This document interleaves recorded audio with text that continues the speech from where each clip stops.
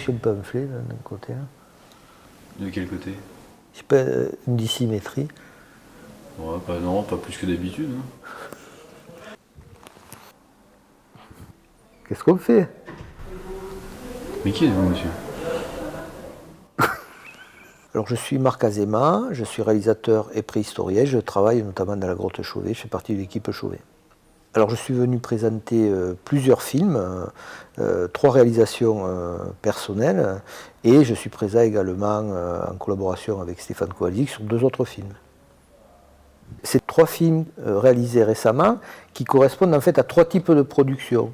Donc un premier film qui est en fait une commande d'un laboratoire de Bordeaux, qui est intitulé Dater l'art des origines, qui permet de présenter de techniques de datation, l'uranium, thorium et la luminescence.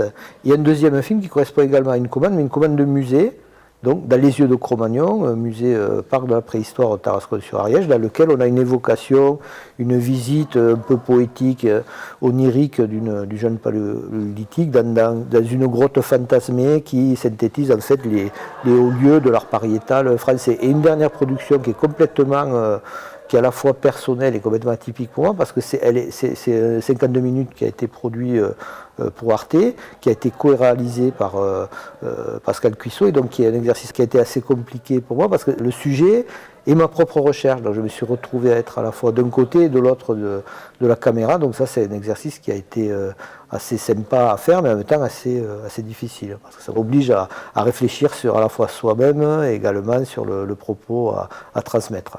Ce documentaire s'intitule Quand Homo sapiens faisait son cinéma, et il est basé sur mes recherches sur l'animation dans l'art paléolithique et également sur les origines de la narration graphique. Parce que bon, pendant 20 ans, j'ai travaillé sur les images pariétales et également l'art mobilier, et j'ai mis en évidence des processus qui démontrent que les artistes préhistoriques ont pressenti à la fois les concepts de décomposition du mouvement, donc d'animation séquentielle, etc., mais également de narration graphique.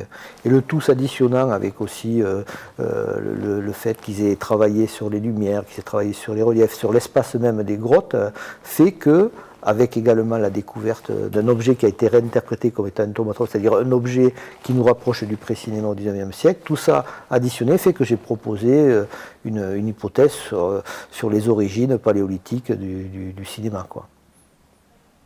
C'était difficile parce que c'était sur ma propre recherche, donc il fallait que je raisonne pour essayer de voir avec l'aide de Pascal Cuissot, de le co-réalisateur. On a réfléchi sur la manière de proposer cette théorie, et en même temps il fallait que je sois moi-même l'intervenant. Donc ça c'était compliqué. Mais en même temps c'est une réflexion sur l'image. Et en fait on réalise un film qui parle de l'origine du cinéma et des images. Donc c'est une espèce de mise en abîme, de jeu, qui fait qu'on a utilisé de l'infographie, des petites animations, etc. Et ça venait un peu conclure un peu le travail que j'ai fait à travers mon doctorat, et également 2 ouvrages, dont Préhistoire du cinéma, qui m'a permis donc de présenter au public cette théorie. Le festival de Nyon, en plus je suis venu la première fois en 99 pour la première édition, et j'ai eu la chance en plus de gagner 2 prix avec un film qui s'appelait Amphoralis, le secret des potiers gallo-romains. J'étais venu avec mon collègue Stéphane Kowalczyk, qui est également présent durant cette manifestation pour 2 autres films, et c'est vrai donc on a un peu participé à quelque part à l'origine de cette manifestation. On revient régulièrement, et c'est vrai que là je suis assez fier maintenant de présenter ce travail très personnel, dans le sens où voilà, on me connaît un peu dans le coin, donc je suis assez... Pour moi, c'est assez sympa aussi de le faire dans ce cadre-là. Et puis ça permet aussi de transmettre au public, de discuter, parce que le festival de Nyon, ce qui est vraiment assez sympa, c'est aussi ce côté convivial. On peut discuter, on fait des pauses, il y a une cafétéria juste à côté, on peut discuter avec le public. Il y a une proximité qu'on a rarement dans les autres festivals, avec le public. Donc c'est très chaleureux, très accueillant. Donc voilà, donc ça permet de vraiment tester le film auprès du public et d'avoir un rapport direct. Le festival de Nyon, c'est un des plus sympas. Voilà, il y a à la fois un côté détendu, très accueillant, et en même temps très sérieux. Ça, je pense que c'est l'âme suisse, on est d'accord.